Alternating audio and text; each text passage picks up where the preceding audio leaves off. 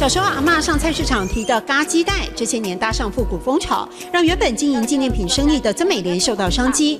原本批发包包来卖，兴起念头自创品牌，色彩缤纷的网袋，她称为美丽的台客袋。最受欢迎还是客家黑，那个客家黑。 结合台湾特色，让网袋改头换面，不再只有红蓝绿条纹。曾美莲下单定制网布花色，用动物纹、骷髅头以及可爱花色拓展年轻族群。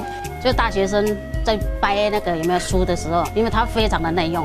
想让台客袋老少咸宜，不止价格便宜，还要注重细节。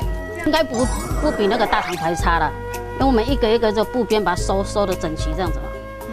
不会像以前了，以前的是有点这种刺的吧，现在都收边收得很好。脏了刷洗一下，又像新的一般。曾美莲看准不仅7时代小资男女的省钱需求，再找到新材质的布料，开发出耐洗而且耐重系数更高的耐操包。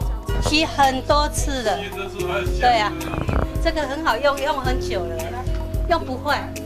轻巧要耐用。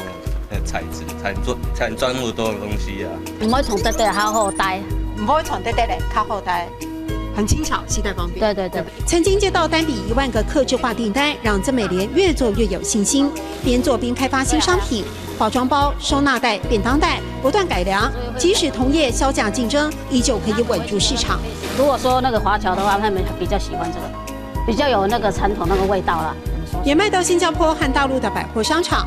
以前只会出现在菜市场的包包，现在走出台湾，带着台湾长命文化的色彩，被更多人看见。阿嬷买菜用的网袋重新受到欢迎，甚至有客制化的订单。曾美莲相信，传统翻新只要有心留住，就能找到机会。唔可以从得嘞，较好带；唔可以从得嘞，较好带。